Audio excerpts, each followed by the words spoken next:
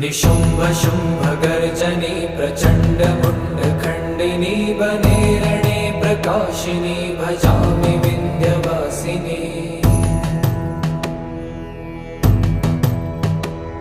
त्रिशूलमुण्डधारिणी धराविघातहारिणी गृहे गृहे निवासिनी भजामि विन्ध्यवासिनी।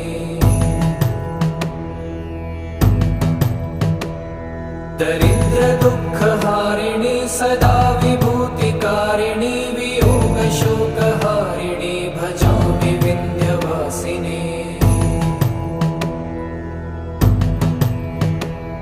लसत्सुलोललोचनं लतासनं वरप्रदं कपालशूलधारिणी भजामि विन्ध्यवासिनी। कराब्जदानदाता